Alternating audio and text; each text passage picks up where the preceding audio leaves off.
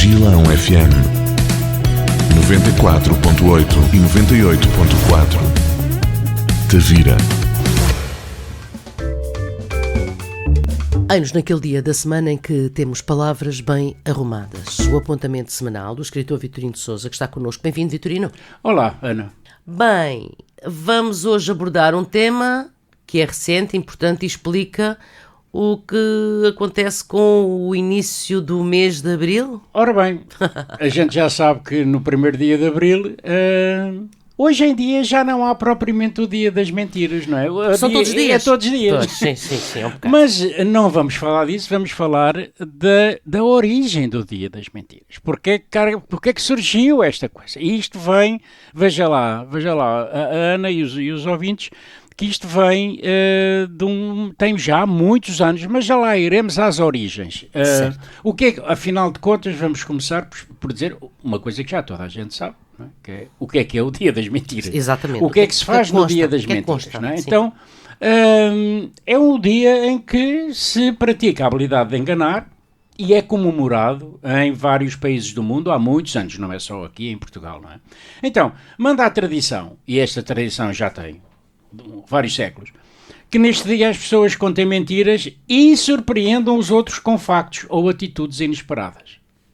Ok, nós estamos habituados a ver as notícias, já há uma notícia, sim. Mas pregar uma partida também faz parte do dia das mentiras, não é? Então, agora, não se pode, para se fazer cumprir esta tradição, tem que se seguir algumas regras, não é? E, então, para que as pessoas acreditem na nossa mentira, nós devemos contar algo que possa acontecer com naturalidade, sim, ou regularidade, de forma a que não pareça uma mentira, não é? E então, se fizermos isto assim, não é? Quer dizer, muito provavelmente as pessoas vão acreditar naquilo que nós estamos a dizer. É a chamada peta, não é? É o dia das petas. Os meus alunos, quando eu mostrei este texto, ficaram muito admirados, porque o que é isto da peta? Os meus alunos estrangeiros, sim, claro. Sim. E então lá tive que dizer que peta é um sinónimo comum, informal, de mentira, não é? E, portanto, se nós estamos a contar uma peta, não é? Convém não sorrir, não dar a ideia de que estamos... tornar a coisa mais a coisa natural. tem que ser uma coisa feita com... Agora, neste instante, estão muitos dos nossos ouvintes a dizer assim, olha lá aquela história que eu vi ontem, porque foi ontem o dia, aquela história, será que aquilo com esta história toda é que teria sido verdade? Pois, recalculem, na verdade, isso tem outros itens que se calhar o Vitorino vai lá, que depois tem que se corrigir. Pois, normalmente... Ou seja, por regra, embora haja exceções, e nós na segunda, daqui a pouco, vamos falar sobre isso, normalmente a verdade é revelada no dia seguinte. Estou a falar dos órgãos de informação, não é? Claro que sim. A televisão, os jornais dão uma notícia, é mentira, e no dia seguinte dizer, olha, aquela notícia que nós demos ontem, afinal é uma brincadeira do dia das mentiras. Em relação às pessoas que resolvem dizer uma mentira, ou pregar uma partida a alguém da família ou amigo, etc., bom, isso se...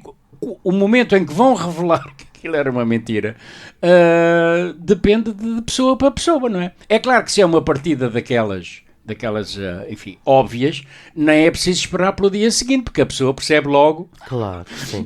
Eu a semana passada estava a dar este texto a um alemão e ele dizia, pois, as partidas que nós, lá na minha terra, que me a fazer era dar a bola de Berlim recheada de mostarda. Uau, credo. Imagina o que é, porque a bola de Berlim, já falámos, não é? A bola de Berlim é uma coisa que veio da Alemanha no tempo da guerra, de uma família judia que trouxe isso para Portugal, uma senhora. E a cor é idêntica? Pois, então, agora imagina o que é uma pessoa.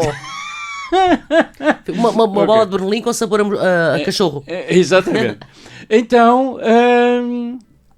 é isso, quer dizer, no fundo, mas hoje com a história do fake news, sim, é todos os dias, não é? Sim. E então agora com a inteligência artificial é muito fácil. E já nem tem que puxar para a cabeça, não é? Quer dizer, um dia havemos de falar aí sobre a inteligência artificial, porque é uma coisa muito interessante, que está a dar ainda os primeiros passos, mas que... Por isso mesmo preocupante, porque ainda não há muita... Pois, ainda não se estabilizou completamente o código de ética, já está a tratar disso, mas no que toca à prática ou à utilização da inteligência artificial, isso está aí à vontade, não é? E eu já tenho alguns alguns exemplos, que nós haveremos de falar nisso aqui, ainda este mês. É claro que onde é que há mais petas, mesmo associadas ao 1º de Abril?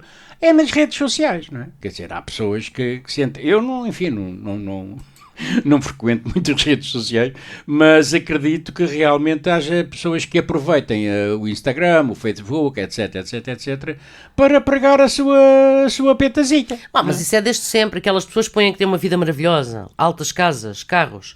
Já de si só, isso é prática comum do dia-a-dia. Quando assim não é. Pois... Só o exemplo. Exatamente, não é? Quer dizer, hoje é muito fácil tirar uma fotografia das Bahamas, não é? E dizer, olha, ontem, a semana passada, estive nas Bahamas e tal, e não sei o quê. E se não, lá vamos nós outra vez, se nós pedirmos à inteligência artificial, há vários programas, não é? Assim, um texto sobre as Bahamas, já está, não é? E, portanto, eu até posso mostrar que sei muito sobre as Bahamas e tal. Bom, adiante. De maneira que isto é uma situação que eu acho que no futuro vai dar que falar, mas enfim. Portanto... Mas é preocupante. Claro que é preocupante, claro que é preocupante, mas não vamos agora avançar muito por aí, como já sugeri, nós ainda este mês vamos ter um programa sobre isso, e com uma surpresa muito grande. Então, pronto, não vale a pena dizer mais nada acerca da definição do que é o dia das mentiras. Não é? É o dia em que os órgãos de informação pregam uma peta, ou as pessoas pregam uma partida. Não sei o que é mais comum, sinceramente. A mim nunca ninguém me pregou uma partida no dia das mentiras. Eu, pelo menos, não tenho memória. Não é? Passou-lhe despercebido. Não, é daquelas coisas, não é? Que se pregasse uma partida, as partidas são rapidamente desmentidas, não é? Claro. Gente, imagina que me convidam para ir a uma festa em tal parte assim, eu chego lá, não há festa nenhuma. Pronto, já está desmascarado, é uma partidinha, não é? Bom, então, como para a segunda parte, vamos deixar então a origem, de onde é que nasceu esta história do Dia das Mentiras, que eu pessoalmente não fazia ideia nenhuma, e provavelmente os ouvintes também não sabem. De maneira que vamos ouvir uma musiquinha. Vamos à música. Vamos ouvir uma musiquinha. De hoje. Qual é a proposta, Vitorino? Eu vou ao encontro do último programa do Inesquecível, do Júlio Isidro, que foi sobre o Carlos Paredes. E o Carlos Paredes é, de facto, do meu ponto de vista, a música do Carlos Paredes é a alma portuguesa transformada em música, não é? É uma coisa que... enfim, então vamos ouvir uma peça do Carlos Paredes que se chama Jardins de Lisboa, que por acaso é a cidade onde eu nasci. Só por acaso. Rádio Gilão 98.8,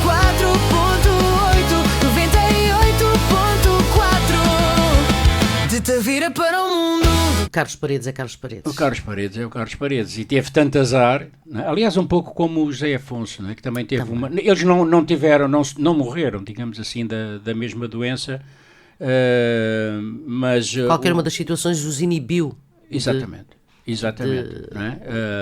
De prosseguirem carreira. E quer dizer, uma pessoa que precisa das mãos para tocar com aquela qualidade, e de repente, no passado, nesse programa do Júlio Isidro, eu ouvia aquela senhora que o acompanhou nos últimos tempos a explicar como é que a coisa tinha surgido, e ele começou a sentir que não podia, digamos, no dedilhar da mão, principalmente da mão esquerda, A agilidade começou. É claro que ninguém imaginava onde é que aquilo iria dar, não é?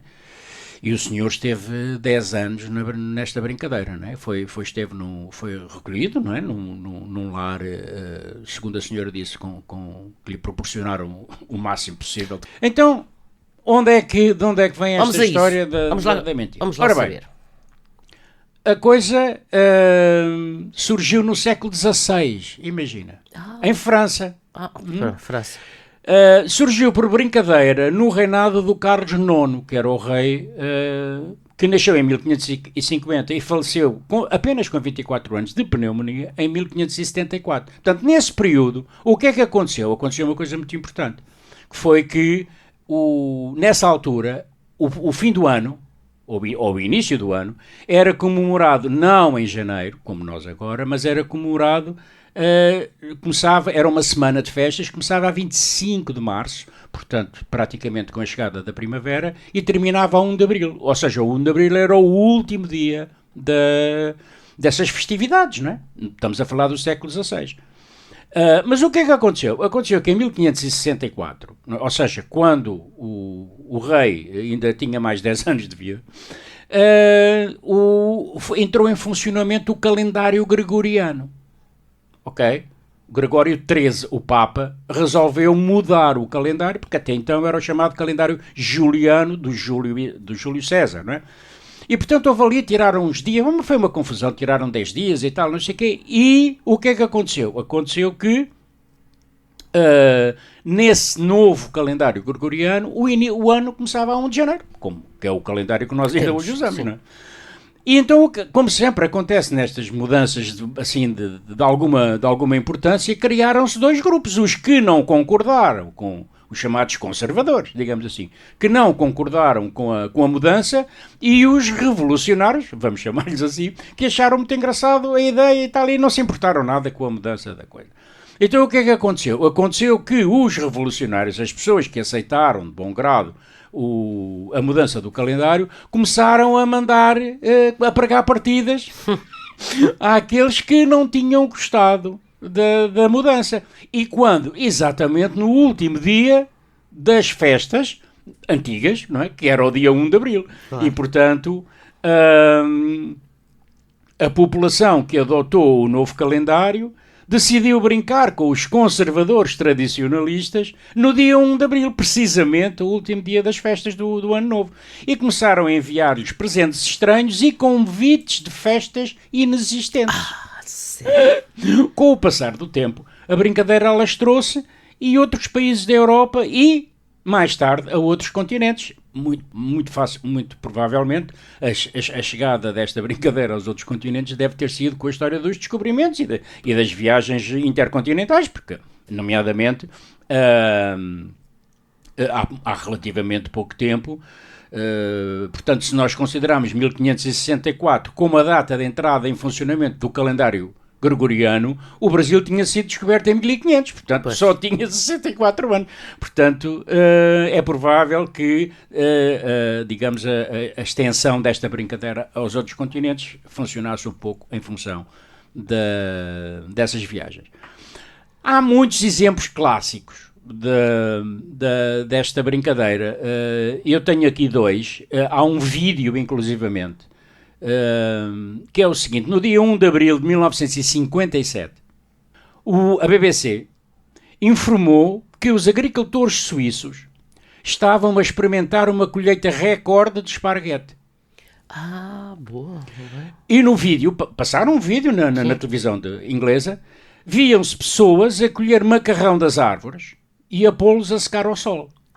A história motivou tantas perguntas por parte dos espectadores da BBC que a BBC manteve a mais um dia, ou seja, não desfez. A mentira não se ficou por um dia. É extraordinário. Eu já vi o filme e é inacreditável. É um filme a preto e branco. Sim. Em que se vê isso, exatamente. As pessoas, umas senhoras, a tirar os fios de esparguete das árvores e a pô-los a secar ao sol, como na Nazaré secam o peixe. Exatamente a mesma coisa. E então, se as pessoas pesquisarem no YouTube 1957, partida da BBC, vão certamente encontrar isto. O vídeo tem 4 minutos, mais ou menos. É uma coisa realmente extraordinária. Não é? Mas o pormenor extraordinário disto é que a BBC teve o cuidado de dizer que não eram os agricultores ingleses. Eram os agricultores suíços. Portanto, como a Suíça estava no continente e os ingleses estavam na ilha, eles não tinham naquela altura, não tinham facilmente ir à Suíça verificar se efetivamente... Sim. Portanto, este pormenor é delicioso. Sim, não é? Portanto, eles puseram a coisa num país longe dos espectadores da BBC. Pronto, foi uma celeuma muito grande. Agora, o que é extraordinário é que os ingleses acreditam, ou uma parte dos ingleses, acreditaram na brincadeira. Há sempre quem acredita. É verdade que, provavelmente, isso historicamente, eu não sei, muito provavelmente em Inglaterra o esparguete não era assim ainda muito conhecido, não é? Portanto, hoje toda a gente sabe, hoje não se pode pregar esta partida, toda a gente sabe a história do esparguete, não é? Então, foi uma coisa genial. Outra partida, também da BBC, em 1980, portanto um pouco mais recente, voltou a gerar a revolta do público inglês ao anunciar que o relógio mais famoso do mundo, o Big Ben, seria substituído por um relógio digital e rebatizado como Digital Dave. Alguns espectadores britânicos, insatisfeitos com as mudanças no património nacional, e nós sabemos como os ingleses são, enviaram reclamações à emissora. Só no dia seguinte, desta vez foi no dia seguinte, só no dia seguinte ficaram a saber que era uma mentira. A peta. Era uma peta, exatamente.